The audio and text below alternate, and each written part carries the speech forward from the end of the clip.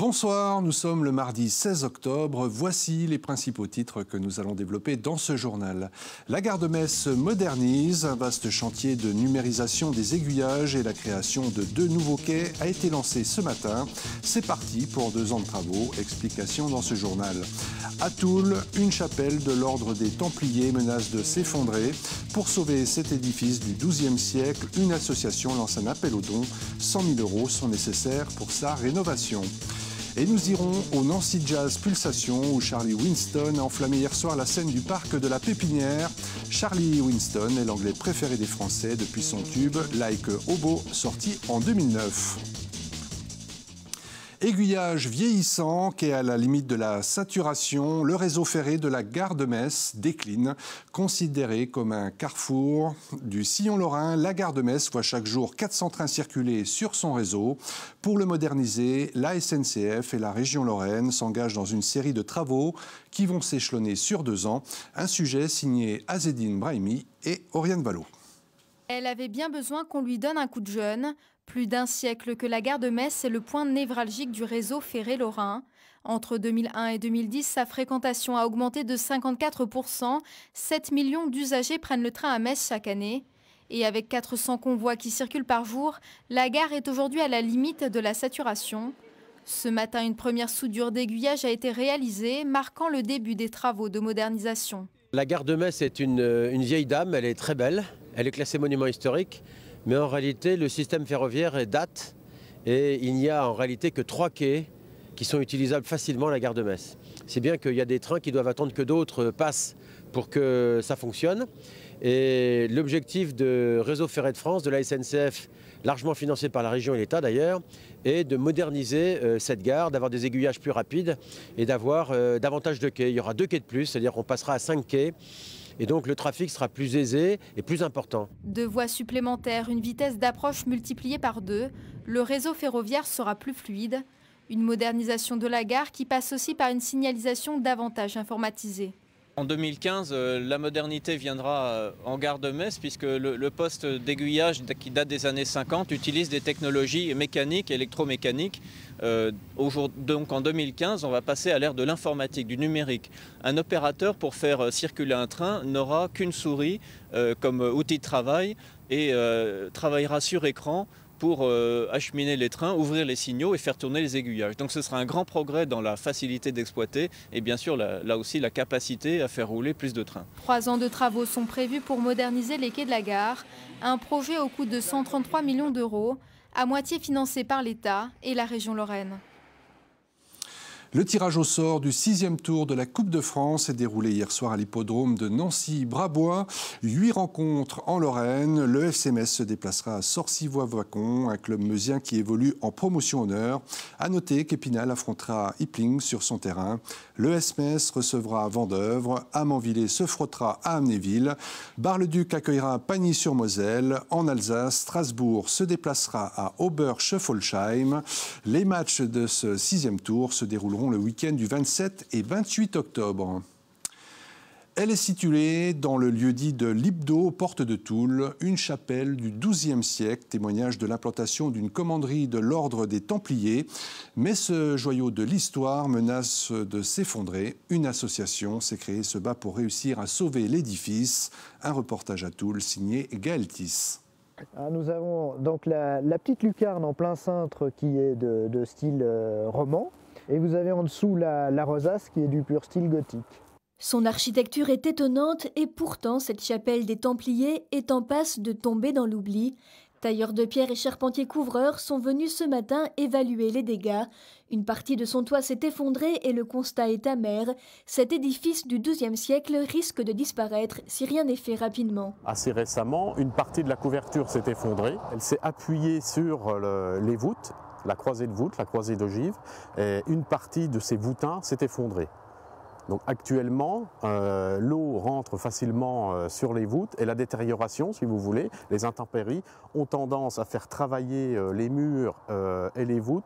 Et ce qui est possible, c'est que les murs s'écartent un petit peu et la voûte risque de tomber. La chapelle se compose de 3 travées rehaussées de voûtes sur croisées d'ogives, une architecture unique en son genre dans la région. Nous sommes dans les 2 premières travées, juste avant le chœur où les dommages ont eu lieu sur la toiture et la voûte.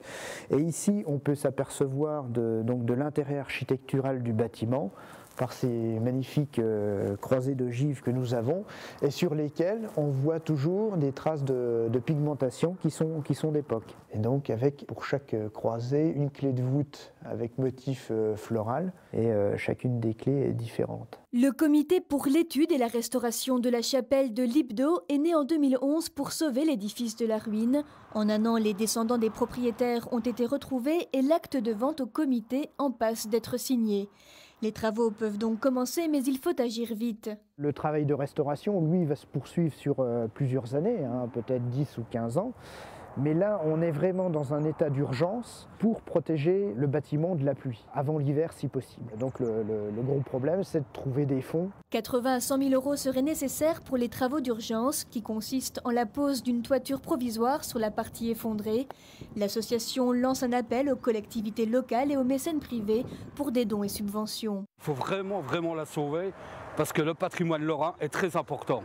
On a besoin du passé pour évoluer. Et je fais appel à tous ceux qui sont amoureux comme moi du patrimoine de la pierre de faire un geste. Une course contre la montre s'engage aujourd'hui pour éviter que l'hiver ne soit fatal au bâtiment. Une chapelle qui jusqu'alors a pourtant fièrement résisté aux soubresauts de l'histoire et au poids des siècles. Like a Hobo, un tube planétaire qui a propulsé en 2009 un artiste anglais jusqu'alors inconnu. Charlie Winston a depuis vendu des millions d'albums et parcouru le monde entier. Il était hier soir sur la scène du NJP où un millier de fans sont venus l'applaudir. Son portrait est signé Jean-François Ambroise et Anne-Sophie Pierson.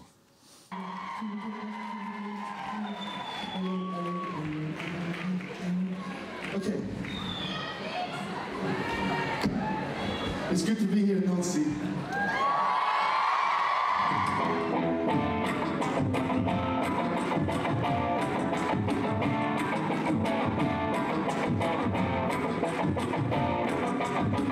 If you say this is back, you can sing it to a tune over the blood. Will it be so bad? The rest of my life we're all gonna go.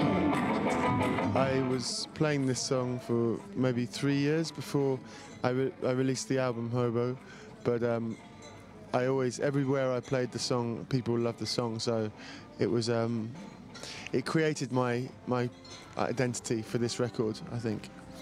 I don't really I don't believe in career, and I don't think career has a start and a finish for me. I think it's just something that I choose to do from this time to this time. There's no start or stop. It's just now I'm a singer in a band, but you know, tomorrow I can do something else, but it doesn't mean I don't sing.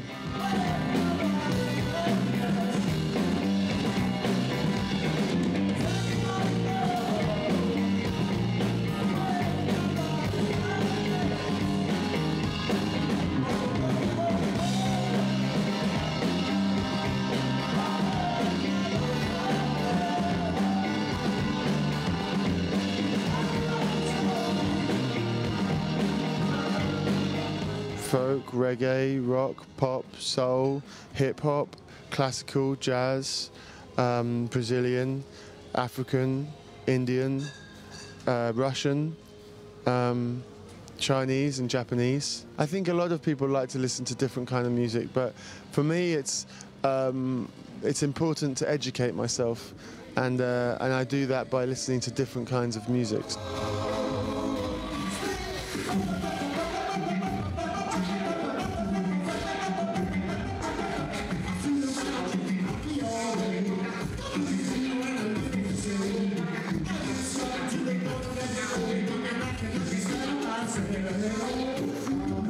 Well, what's important for me is just to be aware of what's going on. I'm not trying to change anybody's mind, you know, change anybody's opinion or say that tell them to think about this or think about that. But for me, it's important for me to talk about that as a way to be aware myself, I don't want to be evangelistic or anything like this. I don't want to always talk about, you know, love and girls in my music.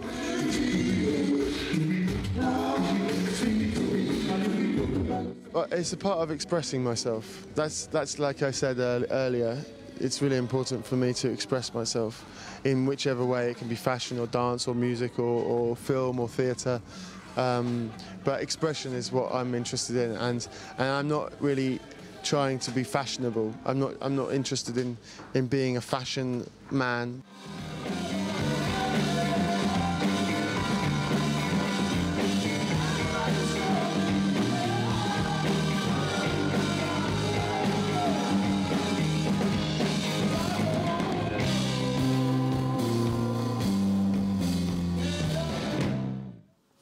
C'était le journal de la rédaction. Merci à vous de l'avoir suivi. On se retrouve demain à 18h30. Bonne soirée.